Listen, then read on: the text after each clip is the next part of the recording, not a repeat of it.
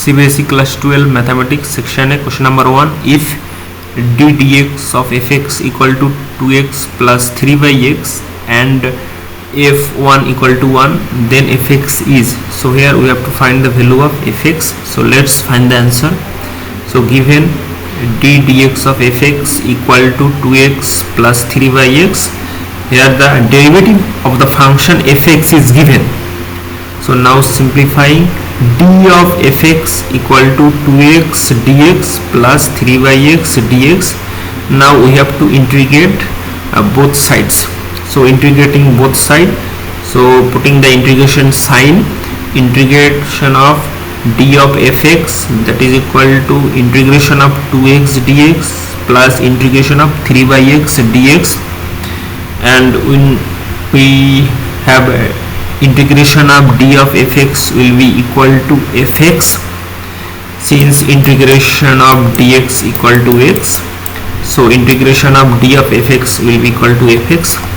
Now since 2 is constant term and 3 is also constant term, so we will put this constant term out of this integration sign.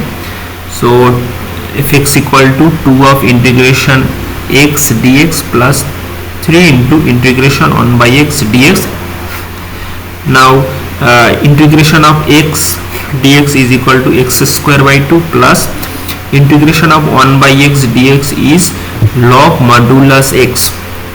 So therefore fx equal to 2 into x square by 2 plus 3 into log modulus x plus c, where c is an integrating constant.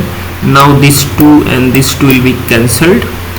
Therefore fx equal to x square plus 3 into log of modulus x plus c. Now also given f1 equal to 1, so we will put x equal to 1. So f1 will be equal to 1 square plus 3 into log 1 plus c, and f1 is equal to 1 given 1 square is 1, and 3 into log 1, log 1 value of log 1 is 0, so 3 into 0 will be 0 plus c.